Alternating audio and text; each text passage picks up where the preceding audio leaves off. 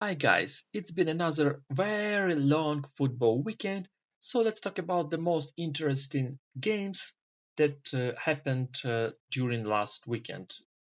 Of course, when I talk about weekend, I also mention Friday because anyway, game started at Friday, and I haven't posted videos for that time for a while. So first, I want to start with Ukrainian Premier League and the game Livy Bereh Karpaty. It was a great start in terms of what you expect to see from football in terms of weekend. And the beginning of the game was pretty much amazing. I did not expect this game to actually rock that big because those teams they have really shown like in the best way how Ukrainian Premier League can also have wonderful games. It was not even worse than the English Premier League. Yeah, I know you think, bro, are you crazy? No, this game really rocked it. So Alvarez made two yellow cards. I think the first one even deserved to be red whatsoever, but he got it in two parts. Okay, that's okay. Then playing 11 for 10, Karpaty scored, Chacho scored, and just in the next attack, Levi Berech scored an equalizer. Lots of changes in the halftime from both teams, and the game really rocked. And even though Karpaty played like one man down, they still managed to score not one goal but even two. Chacha scored the second goal, and also then there was an own goal from Yakimov. And Liverberg, they were pushing on Karpaty a lot, and Babogwa scored an own goal. So yeah, two own goals in the same goal. And as you can see, how many yellow cards Karpati got in the second half, closer to the games, and the pressure was incredible. There were lots of moments in this game, and if you can see the statistics, total shots are 16 to 5, shots on target 4-3, and yeah, this was really shots of target 12 too. So Levi Berek really made lots of shots, and they were really close to getting a point. And I would say that this was a draw game, but Karpati made it out and got their 3 points. So now they are getting closer to the Euro Cups because they have the same number of points as Policia. We will talk about them a little bit later. And another game I want to talk about during the Friday was Manchester City Wolverhampton. And I can say that that was a lakmus paper of all the big games of teams that are expected to win during the entire weekend, because this was one of the dullest game you can imagine. Yes, Kevin De Bruyne scored a wonderful goal. He proved that he can do it. He can make a difference. But the game itself, it was super dull. I was dull, bored to death.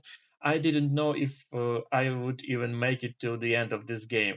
Shots on target to one, I think it says it all. So yeah, and if you think that that's the only game that could do the result like this with such a game, no, no, unfortunately not. Moving on to Saturday games, Aston Villa won 1-0 to Fulham, and yeah, this was also not very interesting game. The most fun stuff, well, not fun, but you can say so, happened in the game Leicester Southampton.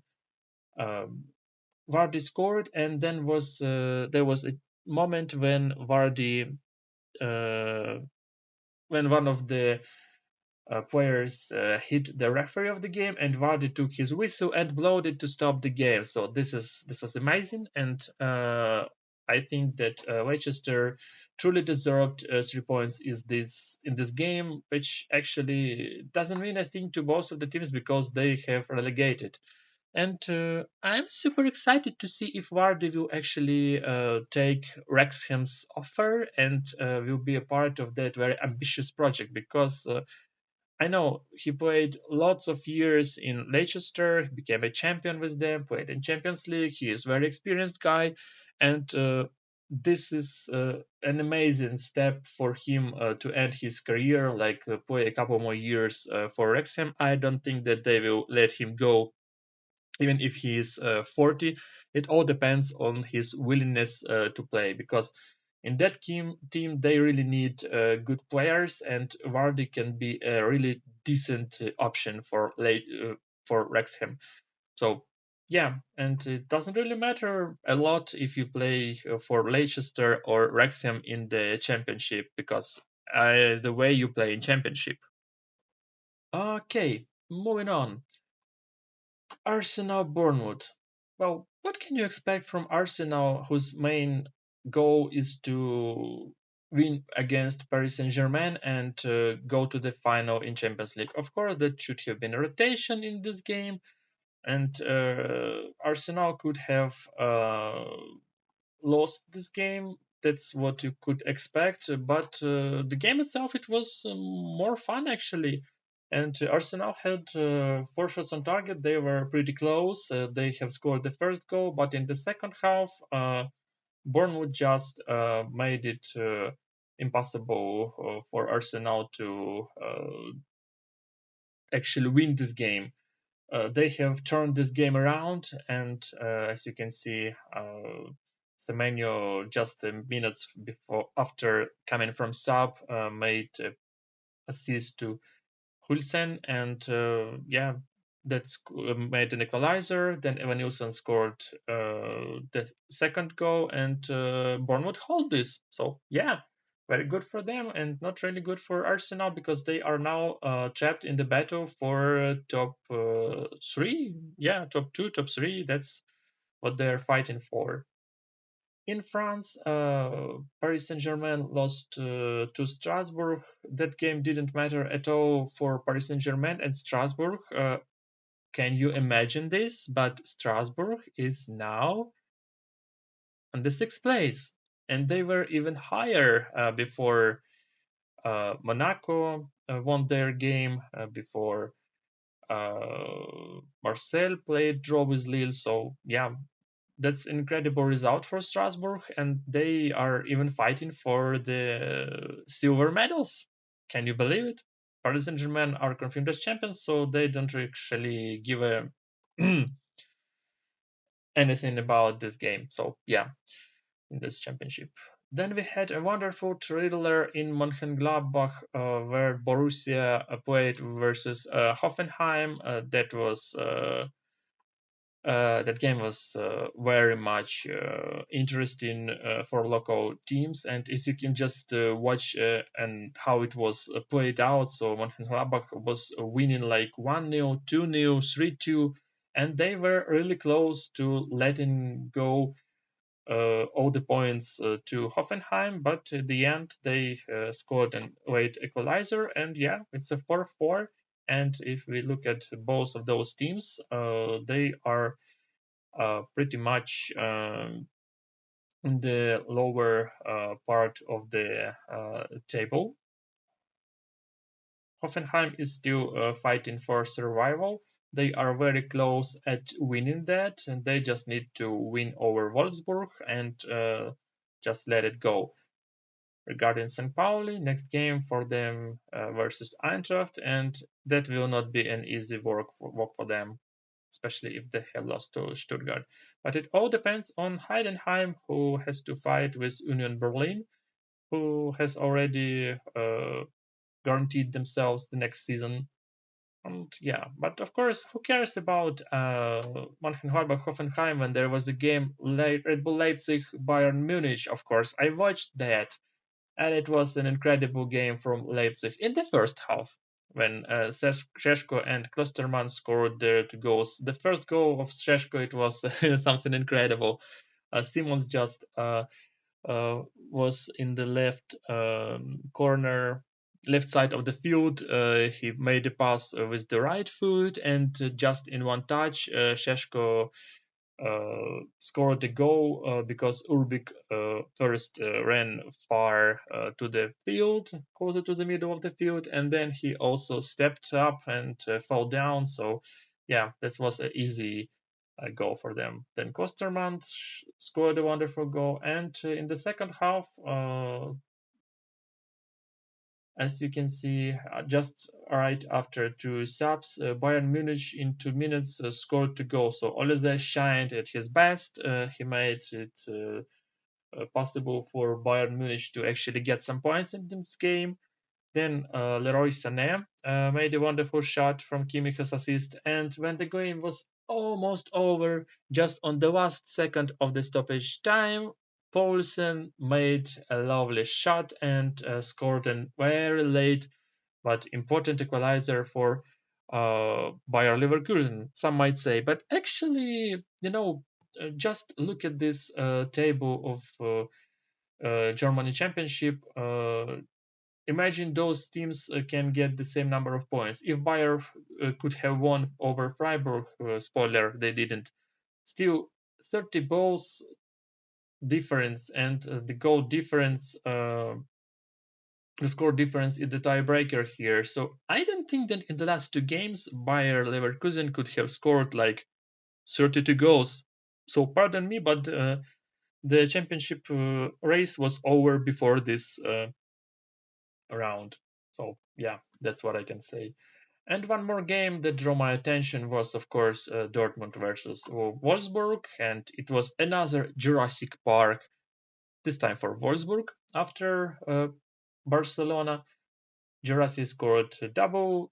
Adeyemi, who changed Gittens, also scored double, and that was all there was to see. So yeah, Dortmund just smashed Wolfsburg, spread them all over the field. So yeah, and Dortmund is pretty much going for Champions League, and I think they should get it. But the next game will be against Leverkusen. Leverkusen, who doesn't care about the remaining two games because they cannot get up or get down. So yeah, they are taking the second place this season, and yeah, that's what will happen next. Just a quick summary: Inter won over Verona with the early penalty. Napoli won over Lecce. I don't think that there's a need to discuss those games because they were super dull. Teams were trying to win just letting go the lowest amount of their powers to just get ready for the next coming games. So yeah, nothing interesting there. In Portugal, Estoril was close from getting points from Benfica, even though Benfica scored 2 goals and was leading 2-0 after goals of Oshnes and Otamendi. And then Trubin took the penalty. Great shot, by the way. And then Estoril scored 1 goal, but still Benfica won this game and continued to the next game versus Sporting, having the same number of points.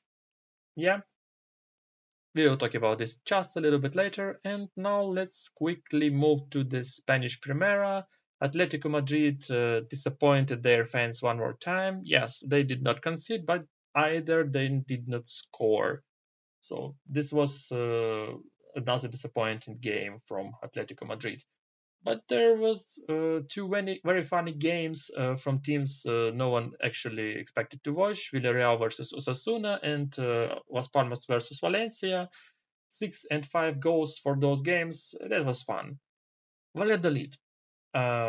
What I can say regarding this game: the first half, no one expected, even Valladolid fans did not expect their team to actually show some resilience and actually show some interesting game versus Barcelona. But they did it big time. Yeah, this first half was amazing. And Barcelona, even though they were playing in a very rotated squad, just look at that. Ter Stegen, bruh, you're not number one in Barcelona anymore because Szczesny is.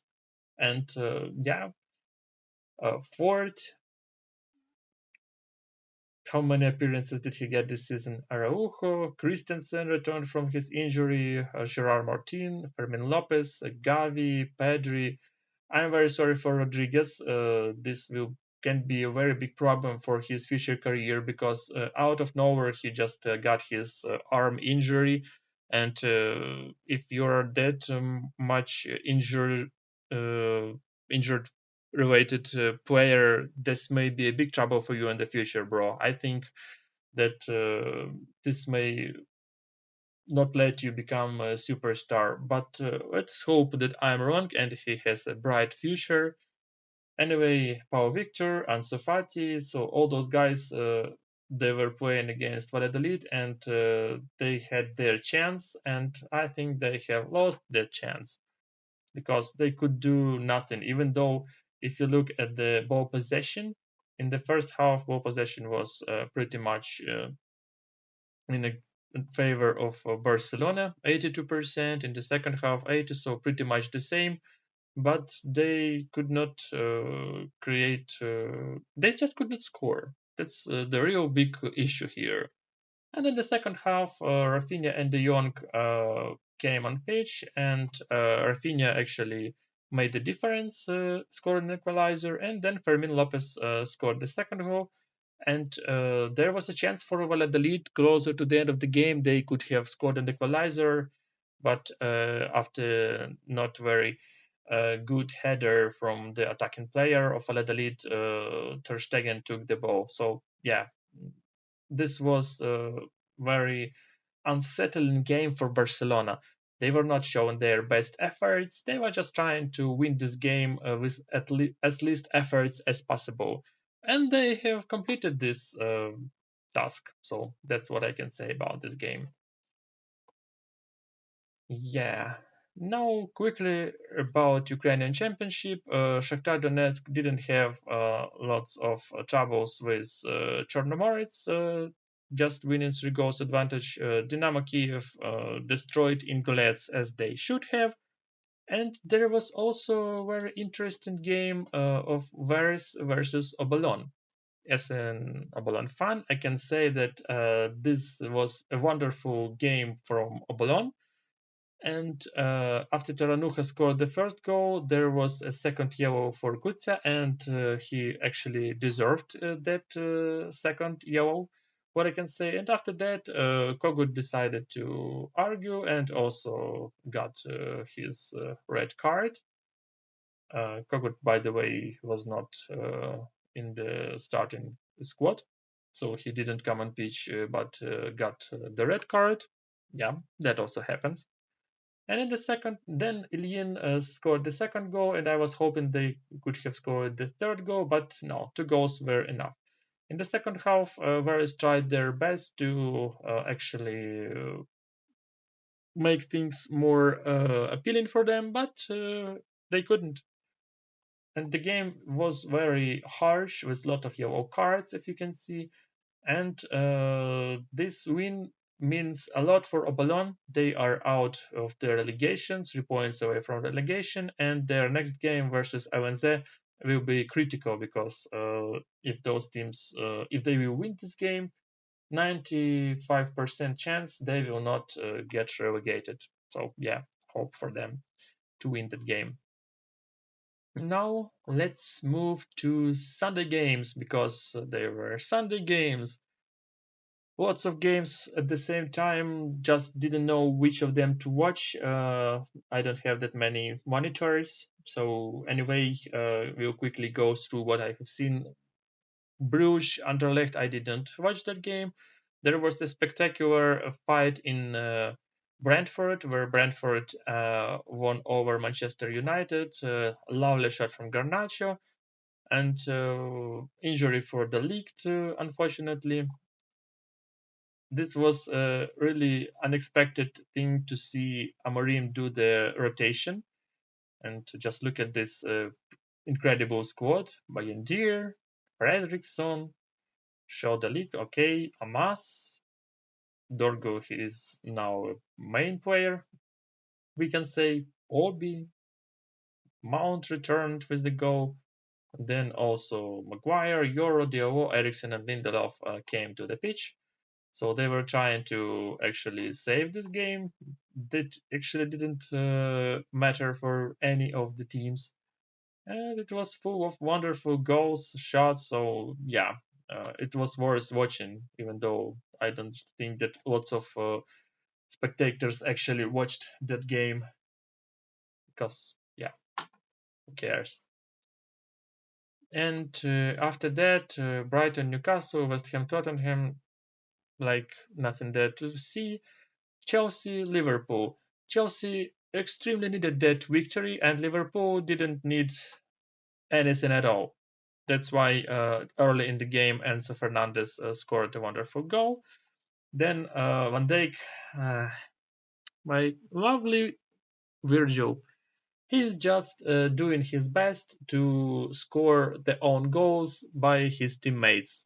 You remember the last game when he just gave the opportunity for his teammate to score, and this time he decided that the next own goal scorer should be Kwanzaa.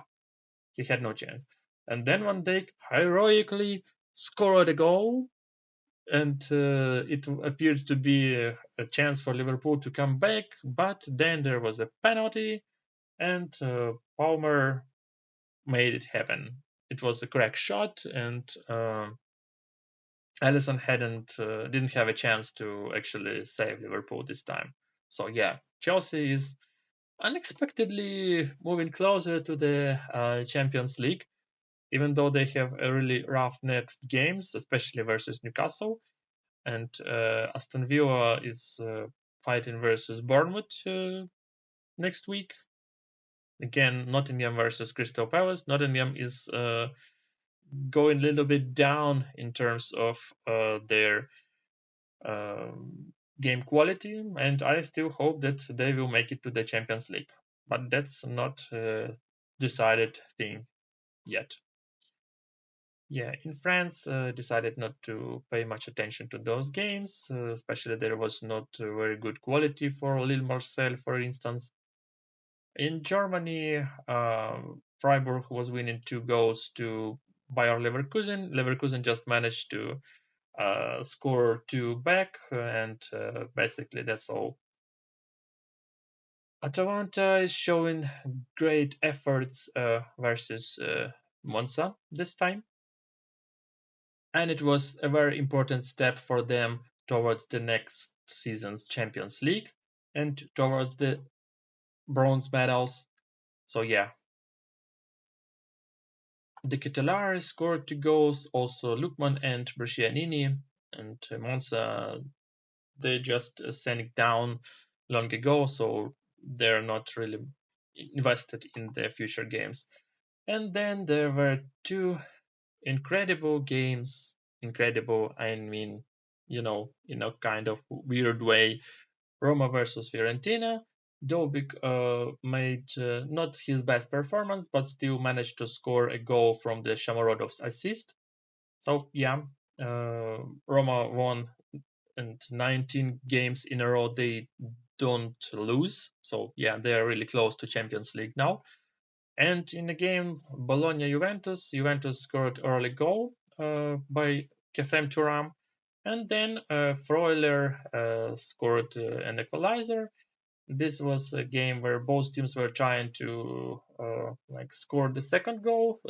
It was a little bit fun, even though just 5 shots on targets for both teams. But game itself was very much okay. Bologna tried their best to get away and to actually win against Juventus, but they couldn't in the end. Okay, Alkmaar won a rematch from the Netherlands Cup final against Go Ahead Eagles, and Sporting Gil Vicente. Well, that was a game. What can I say? Gil Vicente scored the penalty, and Sporting were trying their best to not give Benfica any advantage. And Araujo scored an equalizer. And when the game was almost over, Quaresma shot from outside of the box to the uh, closer corner, and goalkeeper had no chance to get that one. So we've got the equal points for Sporting and Benfica, and head-to-head matches will decide. So their head-to-head match will be next weekend, and this will actually decide who will be the champion. And as you can see, they have both conceded 26 goals. So yeah. By the way, if we look at these two teams and check the difference here, that in the championship, Sporting won over Benfica, so the draw will not give Benfica an advantage in this championships battle. So they need to actually win. If they win this game, then especially if they win it into the goals, then the remaining game for them versus Victoria Guimaraes, if I'm not mistaken, it will not matter at all. They will become champions in the next game. But if Sporting plays draw, or if Sporting wins, Sporting is the champion. If the draw, then yeah, the remaining uh, games in the last round, they will decide who will be the champion. Rangers Celtic, I was thinking of watching this game, but then I decided not to, because Celtic is a champion long time ago, and I did not expect a lot of that game, and the score actually showed that my expectations were mostly correct. Real Madrid Celta. Oh, that was unexpected. Just let's start with the lineups, because that actually matters. Arda Güler was playing in start, and no surprises whatsoever from the start for the remaining players, because just look at the list of injured players of Real Madrid. Alaba, Camavinga, Carvajal, of course, Militao, Mendy, Rodrigo got sick, and it's a bad thing. Rudiger is suspended, so who could have played in this game? All the players, all the strongest players were on the pitch. Yeah, the additional options for Ancelotti were super limited. Brahim Diaz, it's a midfield attacking option slash attacking option. Endrick attacking option. Modric midfield. Well, and two players from this under 29 team from Ramon and Yussi, and also Vallejo. Well, and two goalkeepers, Mestre and Lunin. So actually, not many options. Celta had much more options. And we can just divide this game into two different parts. The first part was the first half, where Güler scored a wonderful shot. Also, Mbappe scored, had a good runner and scored from the Bellingham assist. And then Mbappe scored from Arda Güler's assist. Then Celta has made, as you can see, 4 changes. And in the end, the thing that actually changed the dynamics was the moment when Ramon replaced Asensio. I think Ancelotti actually immediately understood that this was a mistake, because right after that, corner and Rodriguez scored. Then Modric came changing Ceballos, but the main event started after Iago Aspas appeared on the field, and I think I was expecting him a little bit sooner, like somewhere like 10 minutes before that. And Iago Aspas made a stunning performance. Just with his first touch, he made a wonderful assist to Swedberg. Then he made a couple of other assists to his teammates, so they could have scored 2 and even 3 goals, and all that because of Iago Aspas's doings. He played just a wonderful. It was like a maestro. I can say that usually it's Maestro Modric, but yesterday it was Maestro Aspas. Yes, he just showed how good quality of a player he is, and it's just a pure luck for Real Madrid. They have managed to get out of that game with those 3 points, because it was super close for Celta to score it. And I think that there is, cartoon animation Hamid. Someone in the YouTube, and I already expect to see the animation where the ball will smile and show that the ball is in Real Madrid covers, like evil smiling and laughing and I didn't go to that goal after Courtois has almost stopped it, and the ball was going to the goal line but stopped and turned around. So it was a pure luck for Real Madrid to get out of that game with 3 points.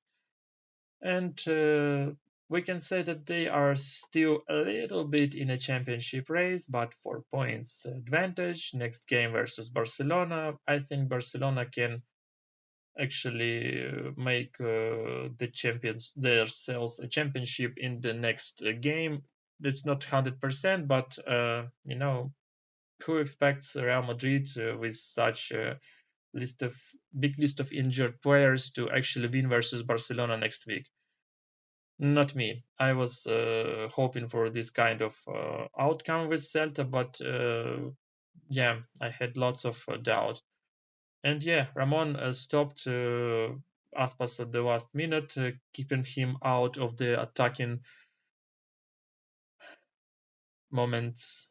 And that actually was a yellow card. He deserved it, and that actually saved Real Madrid 1 point. Then I was trying not to sleep during the Basques derby of Real Sociedad and Athletic Bilbao. That was a game that you should show to your young adults when they cannot sleep or when you cannot fall asleep. Just watch this game for 10-15 minutes and you will definitely go to the world of Morpheus. Also, Fenerbahce-Besiktas, just a couple of words about that. Besiktas made a lovely intervention in the championship battle in Turkish Premier League because they have won over Galatasaray and they have won over the Fenerbahce 5 games after that. The game itself was very harsh, lots of duels, and Fernandes got a chance to score from a penalty. And what I did not like, because during that penalty, someone was just pointing the laser light with green color into his eyes, so that's outrageous. I think for that reason, uh, referees should just let the player score until he scores because that's unfair and Turkish fans they are actually bizarre. So yeah, but Fernandes still rehabilitated himself scoring this goal, and this was a game with lots of duels. And in the end, I think Besiktas fairly won. If you look at the statistics, shots on target 7-4, it doesn't look like that, but I think they deserved it. And Fenerbahce is actually out of the championship battle because 8 points. Yeah, they have still um, 4 games to play, but I don't think they stand a chance, even though their next battle will be versus Başakşehir and Galatasaray will play with Trabzonspor with 3 Ukrainian players. Still, I don't think that Galatasaray will lose this championship title. So yeah, Fenerbahce out of this battle. Then a few more words about Ukrainian Championship. There were such games as LNZ Zorya. Those teams are fighting for. LNZ is fighting for survival. Zorya is not fighting for Euro Cups anymore, so they just played not to lose, and they got that result.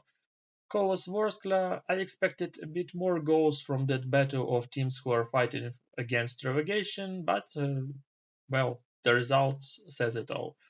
Policia Alexandria, that was a good battle in terms of statistics, in terms of lots of other things, but in terms of the actual game itself, it was not super fun. Even though it has lots of things such as blood, such as one of the person being, like they say, expulso. So yeah, sent off. So Kaluzhny got covered in blood after Batista hit him over his eyebrow. And even though he was injured, his head was covered in bandage. Just a couple minutes after that, he actually scored the first goal. Then Batista scored his equalizer, and Maisoradze got his second yellow card. That can be arguable for some, but I think it really was there. And Teddy like 12 minutes before the game's end, scored the winning goal for Alexandria. And Alexandria is still fighting even for the championship's title, because the next game for Dynamo Kiev will be versus Polisia. Alexandria will play versus Karpaty, Shakhtar versus Zorya. So like three big games next week. And the fourth one, of course, is Obologne LNZ. If you can see that Vorskla will be playing against Chernomorets. Again, super battle for teams that are at the bottom. And Ingles Levi also there. So it's like head-to-head games for the teams that are fighting for the relegation or against relegation and for the European Cups. So Krivbas Levi will be like something that we expect to watch before the Champions League semi-final. Yeah, I'm sure 100% you will be invested in watching this game. Kidding, of course. So yeah, this will be a very good battle. And even though I think Dynamo Kiev is 90% already a champion, but still, if they lose to Police and Alexandria will win over Karpaty, then just 1 point difference. And who knows, Dynamo Kiev, they played really bad games this season in Europa League, and who knows, they can just decide that they don't want to be champions. You know, sounds really odd, but yeah, also possible. So yeah, that's all for the weekend overview. What games we have today? It's Genoa Milan, pretty much interesting one. Girona Mallorca, I think Mallorca will win because Girona is really bad this season, unfortunately. Kasimpasha Trabzonspor for Arseny Batagos, Zubkov, and Sikan's fans. And Crystal Palace, Nottingham Forest. I don't know what to say. I think Crystal Palace has actually good chances in winning this game, but we will see. So now let's move to fantasy, and this can be challenging because the point is that I have three changes that I can make, and I have read that Lautaro Martinez and Ousmane Dembele they can actually play in these games, the second games. Kunde will be out, that's for sure. I have Chesney, that's okay, and I have Raya, but I'm not sure about Raya. I think that I could have taken Donnarumma instead of Raya, but I just need more Barcelona's and PSG players. So okay, let's make some transfers over here. So I have to put down Kunde. I don't think that Arsenal will show lots of better results. I could have changed some attacking players over here, but I don't have any options like Taremi and or Arnautovic. Just look at the forwards here. Lewandowski injured. Ah, Thuram is here. Thuram is here. Okay, Arnautovic out. Thuram in. He was not available last time I checked, but he is now. Okay, so let's change the defender here. Dumfries, Inigo Martinez. Inigo Martinez is a decent option here, probably, right? 2 points versus Inter. He will most likely play. So yeah, I will put Inigo Martinez in here. Even though I was thinking about Ronald Araujo. And I've got one more transfer here. I'm not sure. Lautaro will most likely play. I will just let him be here. I'm not sure about Dembele, but I think I will just let him slide. Rice, no. Let me choose another midfielder that I was thinking for the last game, and I was thinking about Kvicha Kvaratskhelia. Yeah. Okay. So I've got Inigo Martinez, Kvicha Kvaratskhelia, and Thuram. Yeah, I think that should do the job. Even though I have two possibly injured players, I don't care. That's what I'm gonna do. And now let's put them according to their gaming days. Raya out. Okay. Now Lautaro in, Due out. Thuram in, Dembele out. Okay. And also Inigo Martinez in, and well, I've got so little number of players in the first match day. Should have considered it just a little bit sooner. Saliba out.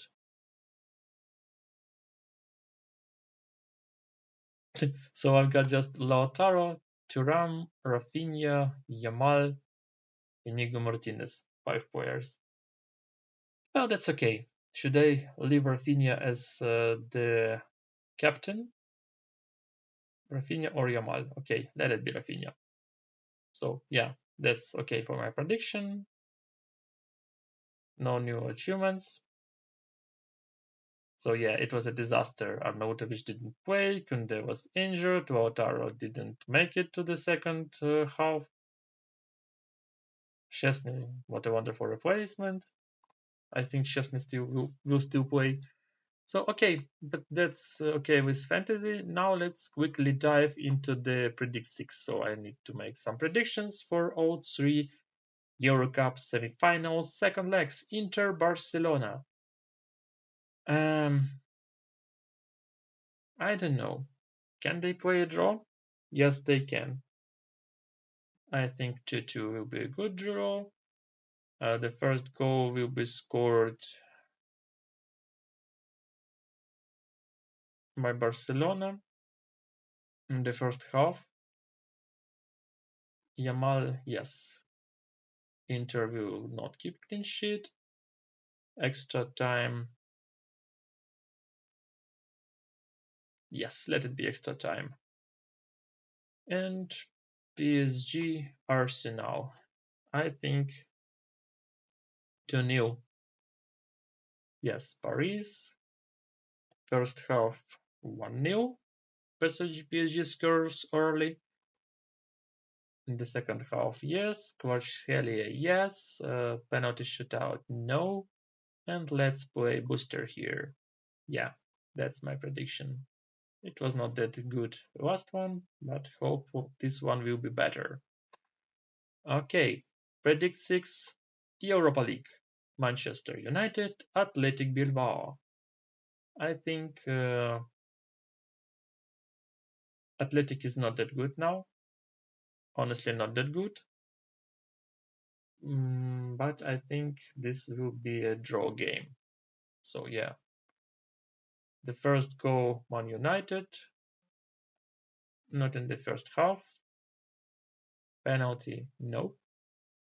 Goal in the second half, yes. Nico Williams. He did not play actually last game, so no, he will not score. Let's predict the next one. Glimt, Tottenham. I think we will see the same score line. Glimt will score the first goal in the first half. The first goal, of course, where is he? Where is he? Saltness, Saltness, where are you? Saltness? Yes. No clean sheet for Tottenham. Extra time, yes. And booster here. Yay. I got 50 points from the last one. Completely ignored the score. Other than that, and who will score first, I have guessed all the remaining stuff. So yeah. And now the remaining thing is a Conference League. Chelsea, Djurgården. 3-0 is kind of a good score, but I think it will be somewhat like this 2-1. Chelsea scores first in the first half. Jackson, yes. Let's play the booster here. And in the second one, Fiorentina, Betis. This will be 2-1. Yes, I agree. Fiorentina will score first in the second half. Yes. Extra time, yes. Maybe I should change the booster. Yes, I will change the booster here. Yeah, that's all for now. We'll see you someday soon. In the meantime, stay safe and stay happy.